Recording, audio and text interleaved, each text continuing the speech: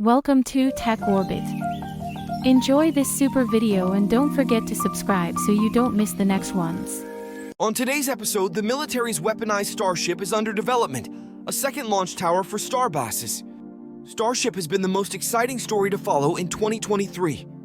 We know that spaceflight nerds like us have been loving the spectacle of this giant rocket. But there is another group who have been eyeing up the Starship with great interest, the United States military. Something tells me that these guys aren't interested in flying to Mars or extending the light of consciousness or any of that Elon Musk space messiah stuff. They see a giant rocket-powered war machine. We know that the Air Force wants their own personal variant of the Starship. They've made that intention known for years now, in fact, and according to news reports, the Air Force has been greatly impressed by the progress at Starbase this year, back in January of 20122. SpaceX was awarded a $12 million contract by the Air Force Research Laboratory to demonstrate suborbital cargo transportation with their in-development Starship vehicle. Concept renderings of this military Starship started to emerge around 2020. The idea being that making hops into space and landing across the world is a much quicker way to deliver supplies in the case of not just military maneuvers, but also emergency aid missions, something the US military does a lot of. Planes are slower and cause more pollution than a rocket launch, and so they have been looking into options for using suborbital jumps instead. But a lot of data that needs to be checked before a plan like this can be put into action. A suborbital flight might be able to get gear from Florida to Japan in an hasn't been easy aside from just the normal setbacks from testing, like the April 20th explosion that ended the first Starship test flight. There's just an hour or so. But the Starship has to survive the flight land safely in potentially dangerous environments. And most importantly, the cargo has to survive a trip through the vacuum of space. It turns out that a lot of objects require ambient pressure to hold together depressurization frequently. Damages, electronics, plumbing, and basically anything that can't handle the sudden loss of external forces. SpaceX is probably going through quite a bit of this sort of testing with their Dragon capsule right now, as the Polaris Dawn missions will require depressurizing the entire vehicle so the astronauts can go.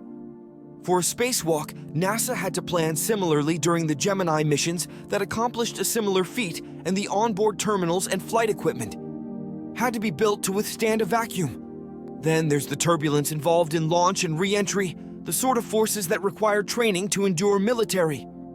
Hardware is robust, but if you're planning on flying rations, water, and electronics, there will need to be some considerations for the bumpy ride, and the Air Force has some thoughts on some tests that could work, one of which is reportedly to just fly a hum into space.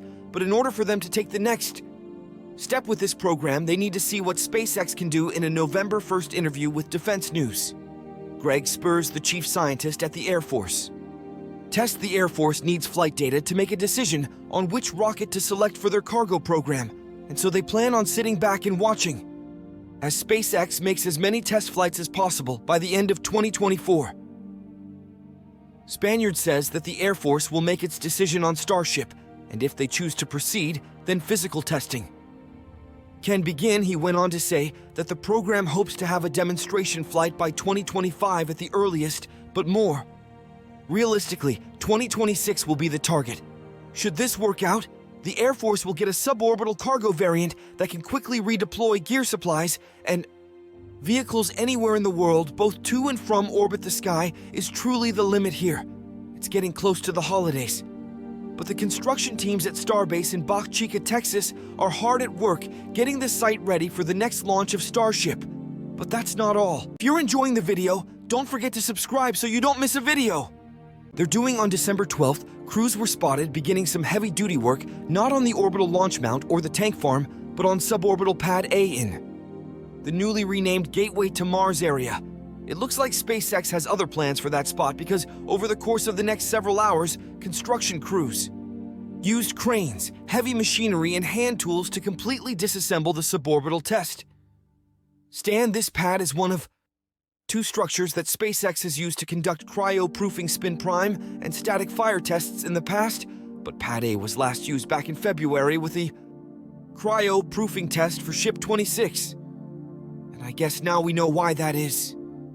There are a couple of reasons we can think of as to why SpaceX would want to remove PADA from that location, and it's definitely not because they're slowing down repairs to the main launch pad and tower are going very quickly thanks to the minimal damage sustained during the second test flight of Starship last month. The quick disconnects were both repaired at the same time PADA was being demolished, for instance, but it's clear that the space around the old test stand is being prepped for greater things, the shiny new gateway to Mars.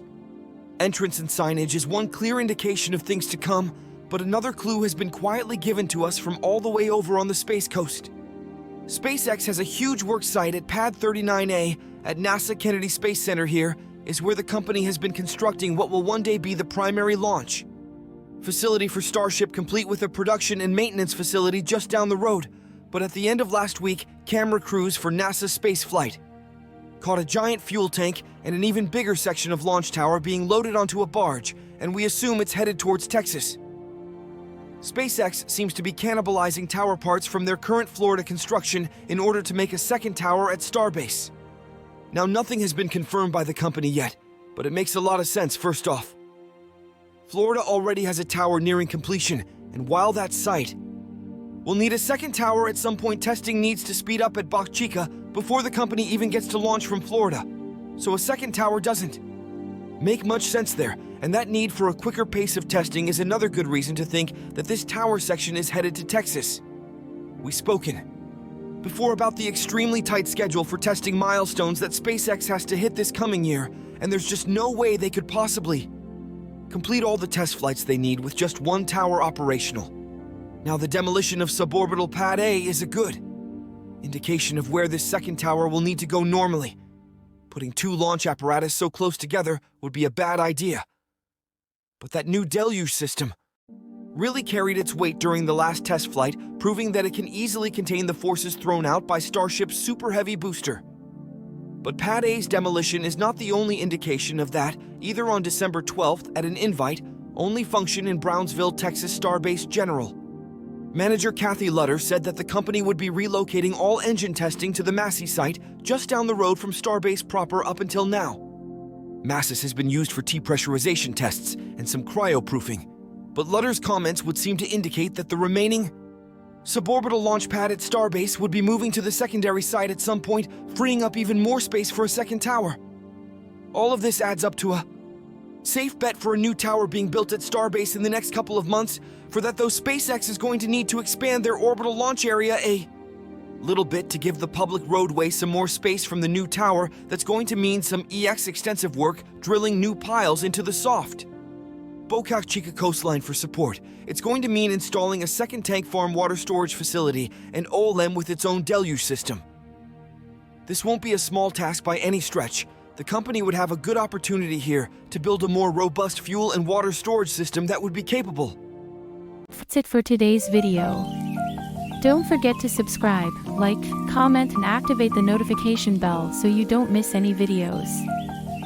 See you soon.